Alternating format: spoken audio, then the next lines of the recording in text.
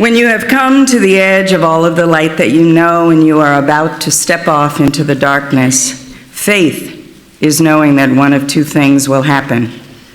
There will be something solid to stand on, or you will be taught how to fly. Our personal comfort zone is characterized by familiarity, safety, confidence, trust, the known. When we move away from our comfort zone, we can experience anxiety, nervousness, and excitement, good or bad, depending on the situation. Faith is the bridge that takes us from the known into the unknown. What we do when we encounter the unknown determines whether we expand our comfort zones or just step out momentarily. How do we learn? To ride a bike, to swim, to learn a new language. At some point, you got to put your feet on the pedals. At some point, you've got to get yourself in the pool. At some point, you have to start saying unfamiliar words. Unless you are a natural, and few of us are at new things, we begin with the awkwardness of the new, but if we stick to it, our brain begins to develop those new synapses. The fears lessen, and we find a new rhythm. That is learning. For those of you who like to travel, you know that there is a big difference between what you learn on the tour bus and what you learn on the walking tour. Racism is not an intellectual exercise.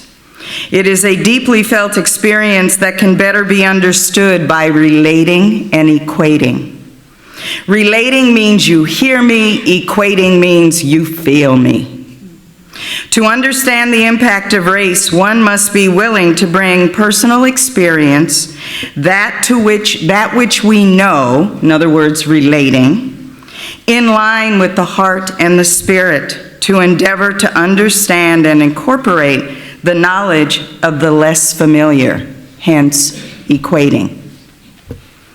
All too often, conversations about race are not. People shift to that which is more comfortable, to that which they can relate. You are a lesbian. You relate to me as other, as outside the mainstream dominant experience, outside the power structures. But ask a Japanese lesbian her experience, and there's a whole other layer. You have a disability, one that many do not see.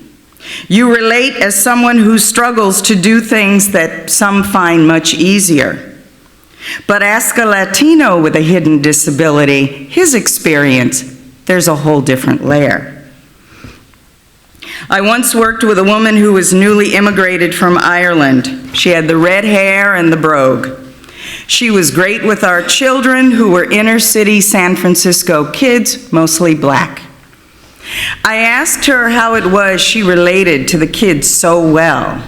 She told me in very colorful language that I won't use here. Truth be told, we Irish are the blacks of the UK.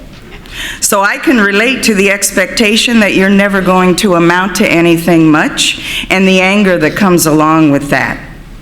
But she went on to say that while she could relate, she was also very aware that in these United States, with her white skin and her red hair, she would be allowed in line ahead of many of her students.